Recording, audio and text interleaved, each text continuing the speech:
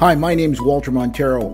I'm a real estate and mortgage agent here in Cambridge, Ontario, and I've had the privilege of serving our community since 1987. Over the years, I've met some great people here in our community in many different businesses and walks of life.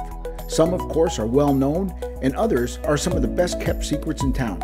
So the purpose of this podcast is to share and introduce them to you. Welcome to the I Love Cambridge podcast. So your name is Lisa Rankin? Yes. And your company's name is Lisa's Pet Care? It is. Okay, very good. So tell us a little bit about your business. Well, actually, my business will be a year old in September. Okay. For many years, I worked, an automotive job for 30 years. I worked in automotive and engineering.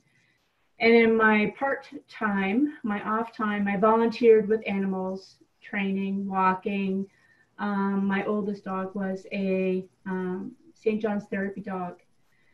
So I did that for years. When I wanted to kind of slow down a little bit, I was looking for something in my own field, couldn't find anything close to home. So I kind of had a paradigm shift where I thought I would take what I loved to do in my part-time, what I knew to do, my experience and my passion, and turn it into my full-time. Good. And really work with people and animals as much as I could. So that was really exciting to me, to take something that I thought was just a part-time thing, just helping people, helping myself through volunteerism, and turning it into my full-time business. Okay, well, that's great. So is it now your business is pet care, so it obviously expands beyond dogs, correct? So I'm pretty lucky. I get to work with not just dogs, but cats, Okay. birds, lizards, bearded dragons, Wow. a whole host of really neat creatures that I had a chance to kind of grow and explore things that maybe you wouldn't see on an everyday basis. So that was really fun and interesting for me. And I think it's kind of given me new life, really, to do something so new. Okay. All right. So what is the extent of the care? Like, is this basically taking care of animals when people are away, or? Yeah. So initially, what it was, mostly dog walking, Okay. cat sitting, helping people, while they were busy. It's kind of pivoted in the last few months due to COVID. Yeah. So really, I've kind of taken on a whole new draw in terms of helping people that, are essential workers that are working long hours, helping people that are stuck at home, can't get out, can't walk their dogs, seniors, people that are not well. So, taking on a whole no contact type of pivot role to that. And lately with real estate, with people trying to sell their homes, they have pets and they don't know what to do with them. So I'm helping them with that. So I'm taking on their pets and caring for them, or I'm taking their pets for the day, so that they're out of the home while we, because real estate's taken a bit of a pivot change too in terms of show. So I get to take those pets on as well. So just since March, it's kind of exploded in kind of a lot of different directions. So I've kind of grown there too. Wow, that's very interesting. I know, being in the real estate business myself, dealing with not so much with a cat, but with a dog is very challenging, especially with people being maybe at work, and then the way appointments have to be handled now. Right. You can virtually lose your home for the entire day while the properties are being shown. So yeah, no, that's good to know. That's awesome. Yeah, that's exactly what's happening. And it's not that people don't want to have their pets there. It just relieves some stress in their mind when people are coming through, or it helps relieve the stress of the pet. So, and then I'm sure it's a lot of stress relief for the real estate person as well, having to bring people through. So I play a lot of different roles in the last few months, and it's kind of been exciting for me. Okay. Now, obviously, you take the pet off site. Yes. They just come to your home. Is that what they do, or? They come to my home. We have a non-contact drop off. We do follow all standard COVID-19 practices for PPE. So it's a no contact. I do not touch any of the pets' collars and whatnot. I am very careful bringing pets into my home as well as going into other people's homes. So I am following to the letter everything that comes out for COVID-19. So that's very important for people to know, because it's hard right now to understand really what's happening with the world. But following all the procedures to the letter gives people confidence. Yeah, no, for sure, for sure. Now, you had mentioned dog walking. I would imagine that COVID-19 was not good to the dog walking business. No, it was unfortunate. In March, I lost about 90% of my business. Yeah.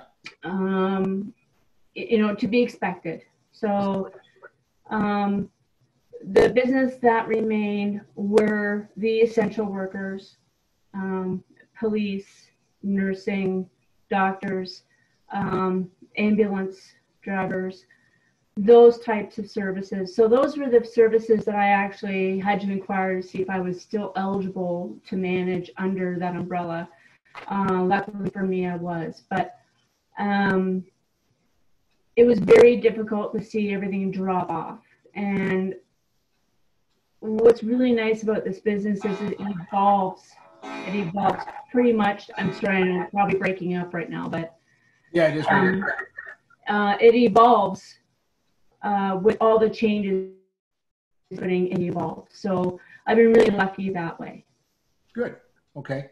Now, one of the things you mentioned earlier was you're expanding sort of the pets you take care of, exotic pets. Tell us a little bit about that. What are you running into out there? I know what I run into showing houses, so I'm just kind of curious. Rats, dragons, a lot of geckos. Geckos are really big with the youngsters now. Their specialty cats are a new one for me. They require specialized care because they don't have hair or whatnot. So I'm seeing a lot of that.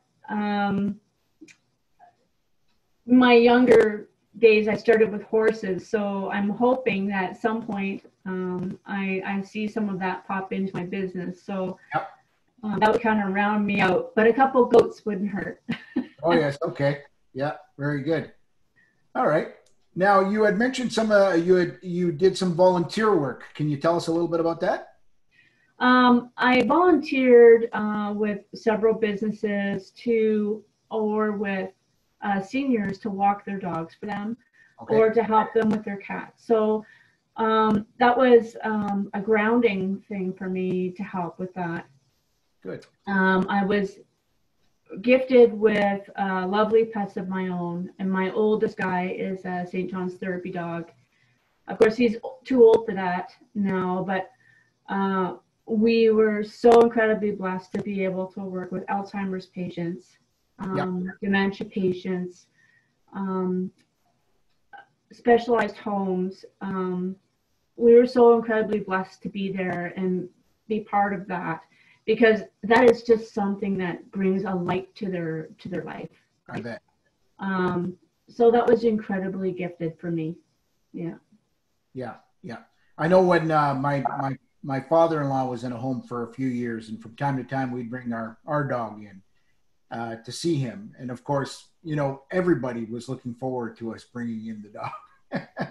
Nothing brings more smiles to people than a little fuzzy creature, children.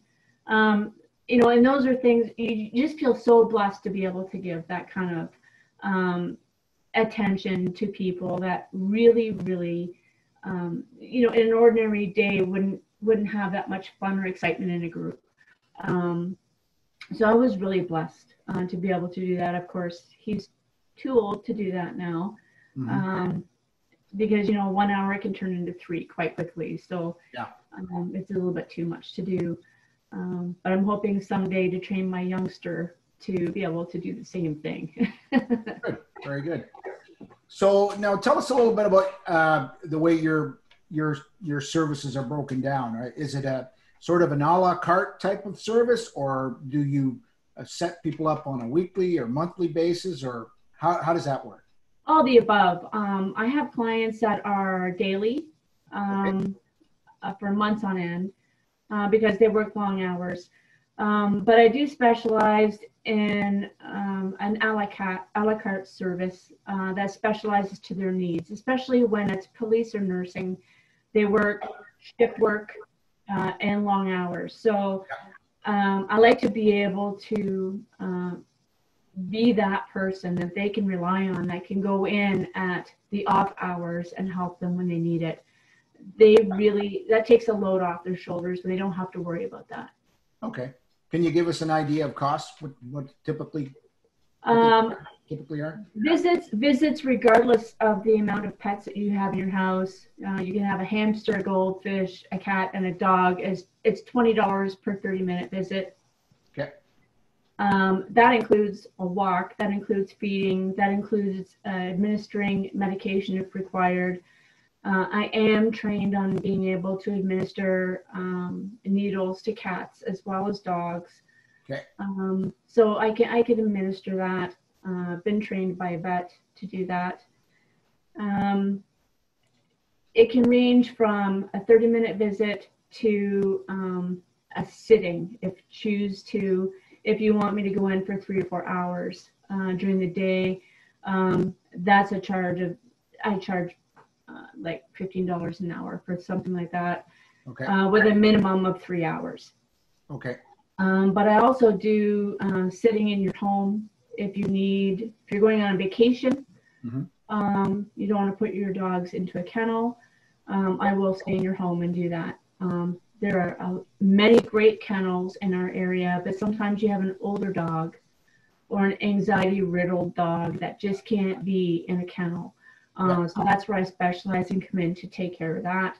That's $70 a day, but that includes care during the day as well as overnight. So that makes up 40% of my business, is staying with older pets or multiple pets, where the cost would be astronomical for pets to stay into a kennel when you have 3 or 4 pets. So that's where a lot of my business comes in. Good. Very good.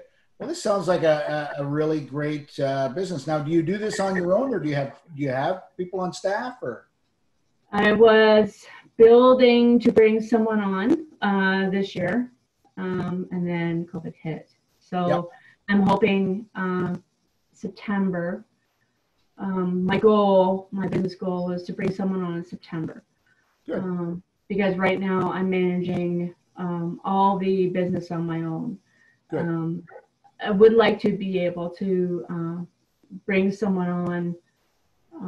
Not only would I love to have the help, but it would be nice to have a partner, to work with in my business. Sure. So at some point, my goal is September. Everybody cross your fingers, and let's hope that we find something to beat this COVID-19 by September. Yeah. Okay. And geographic area, what do you cover? Obviously, you're in Cambridge, correct? I'm in Cambridge. I'm in the Blair area, so I cover. I walked by your house, to be honest with you. Yeah. I love where I am. So, but I do manage Kitchener, Cambridge, which includes Hesper, Galt, and Preston. I am into St. George and Ayr right now as well. Okay. Which is where I'd like to expand more to. But I try to recommend other businesses like my own for Waterloo. So if someone calls me from Waterloo, I do referrals to other businesses that are like mine in Waterloo. Yeah. Okay. And what kind of lead time does somebody normally need to give you? Like can it be spontaneous, or how much time do you actually require? I love to say that 90% of the time, if someone calls me and they're in dire need of someone to come in, I will be able to manage that and take that in and help them out. Okay. I prefer at least 24 hours notice if I can. Sure. For long-term vacations, right now I'm booking 6 months to a year in advance. Okay. Because I have some regulars for that. So, the sooner you can get me, and the sooner you can nail down those dates, the better. And that just means that you're for sure not going to have to worry about you have care of your pets. Good. Okay, perfect. And how can people get a hold of you? You have a website or an email address or phone or? I have a website. You just Google Lisa's Pet Care. Okay. And I'm on there. You can access my website, my Facebook site, or my Instagram. Okay. And Facebook and Instagram is a live, living thing, and you can see what I do every day, the experiences that we have, and the pets that I deal with every day through those two mediums. I love having people contact me through those two mediums because they're actually seeing how much fun we have every day. Yeah, those are the best ways, but my website also goes into the depth of what services I offer and a lot of the prices. But if you're unsure, contacting me through that medium is probably the best way to do it, so I can custom my business to you. Okay, perfect. And what about a phone number? Is there a phone number? Yeah, my number is 519-716-6902. And I answer the phone until 10 o'clock at night. So if if you need help and you can't get anybody, give me a call. Awesome. Very good. Well, Lisa, this was very informative. I appreciate the time you took. Now, was there any question that I didn't ask you that I should have? It's really important for people to know that there's help out there. And if you feel like you can't afford someone to come in and take care of your pet and you're in trouble, please call me. There's always ways that we can work out a plan for you, so that you know that your pet's taken care of, especially during this stressful time. It's important for people to know they have others to lean on. So please call me. I will always do what I can to help you out. Awesome. Very good. Lisa, thank you again. And we'll let you know as soon as the episode is up. I believe you're going to be up next week, so pretty soon. And I hope you have an enjoyable weekend. Thank you. You too. Thanks for having me.